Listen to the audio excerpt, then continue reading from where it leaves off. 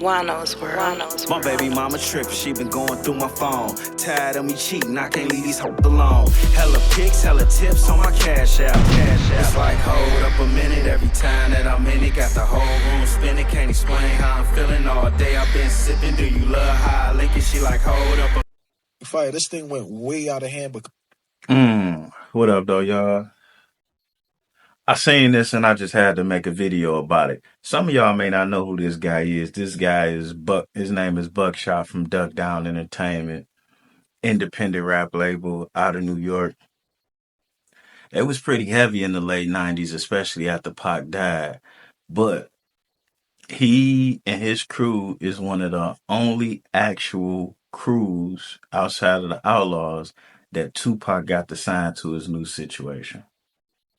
There's a lot of people that was supposed to, a lot of people that was doing stuff or whatever, a lot of people lying too. But he actually was one of the few people that Pac was able to grab and bring back to Los Angeles to start recording and working on stuff. So he also knew Biggie.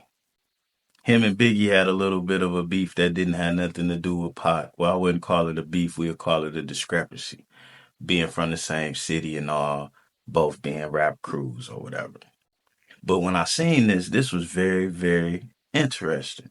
Y'all check this out. Tell me what y'all think. as the media keeps propping up the story and switching the story and fueling the story, and in reality, it's not even that deep. Simple and plain. And I learned this through history, and I learned this through time too. Simple and plain. Biggie did not have beef with Pac. Pac did not have beef with Biggie. I know both of them. I sat there with both of them. I can show you because I lived with Biggie, lived with Pac. And the name of the album was called One Nation. He was trying to get back with Biggie. And Biggie went to go see Pac when he got shot. And Biggie went to go talk to Biggie. He knew the family. Hold on, Fire. That's a serious statement. What? You said they didn't have beef? They didn't have beef. Yeah. Them two didn't have beef. All right. Bust it down. Listen, bro, Pac loved Biggie like his older brother. His problem was, if you're not going to hear me this way, you're going to hear me that way. But you're going to hear me, little homie. I'm alive. The ghost is walking around. You know what I mean? And I'm alive talking. It was never a beef. It's only a difference in opinion. That's like me being mad at my little brother because he getting cash now. I'm not mad at that. I'm just mad at my little brother when he don't respect me. And when you don't respect me, I'm gonna spank your ass. I don't give a fuck how rich you got on the block. I'm your big brother. I will break your big ass down. Everybody that thinks that I disrespected or I love my East Coast fans. I'm from there. I'm eating New York. That was the thing. Do you understand? And Biggie thing was, big brother, I love you. But that's too much stuff that you caught up in, and I don't want to get caught up in anything, bro. I'm just trying to rap and live my life, be a regular dude. I don't really want to run around with the hoopla and the hopla. And Pac is going to give, but your boy that's next to you, he deep, so deep. He way deeper than you think. And he done got you so caught up. I'm trying to get you out of it. You won't listen to me because you're trying to fall back. So my whole thing is to blow that whole thing up there. Blow it all up. And then I'm going to come start Death Row East. And hopefully Damn. From the outside looking in, then being a kid with one of them dudes being my favorite rapper, paying attention to everything he did, listening to every song that was made, that shit kind of does make sense. You know, I can see that. I can see that a lot. hopefully you'll be on it. Hopefully Buckshot will be or whoever. But I'm going to blow that whole thing up then. Because it needs to be blown up. And you understand? Everybody was hating on Pac. F you, Pac, you son of a bitch, you this, you that, you did. And then years later, Mr. Balloon Suit, or whatever his name is, comes out, and everybody's hating on him now. Everybody got something to say about Puffy. And Puffy's the topic of everybody's life. You got people that never even got raped before that want to get raped, saying, "Man, Puffy touched me." Everybody is just shit is out of control. It's now the thing to condemn this man more than you could imagine. Right. Without proof. Right. When there was also a time when Pac was doing that, and they was condemning Pac for doing that without proof that that Puffy wasn't the guy. Now what? Woo! Now this nigga knew all three. He knew all three. Big, Puff, and Pac. And he had a individual relationship with all three. I should do it like Poetic Flacco and cut in the individual things, you know what I'm saying? But I'm inclined to believe what this guy's saying, on top of the fact that the facts kind of support his narrative. And what he got to say about how people doing Puff right now is crazy, because obviously Puff been a different type of dude for the past 40 years. And everybody knew this shit, but everybody been bigging him up. Everybody been doing business with him. Everybody kind of been kissing his ass too. And now look, all them same people. Wow, I didn't know this. I didn't know that. I didn't know this. Let me tell you something. My grandmother's boyfriend, God rest him, he was abusive. And he wasn't just abusive to my grandma.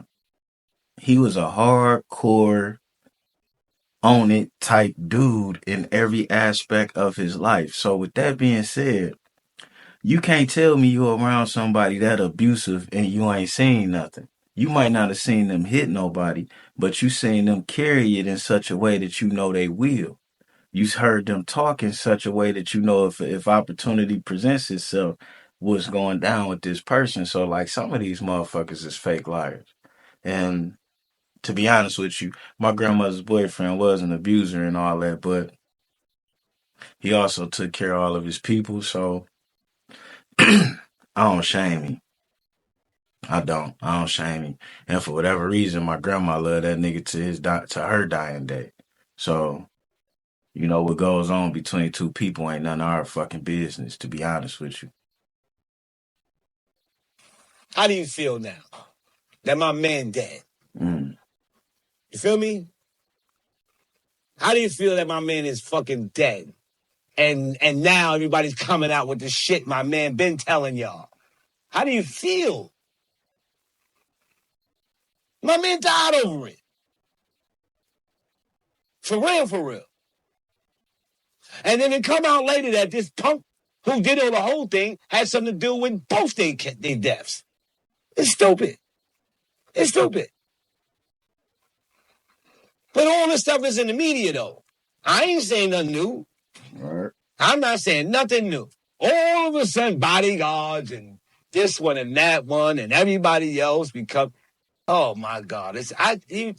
No, sorry. I'm over here with Ike's, bro. I want nothing to do with the fact that, you know, all of a sudden you just got... Jaguar Wright is probably the biggest rapper in the game right now.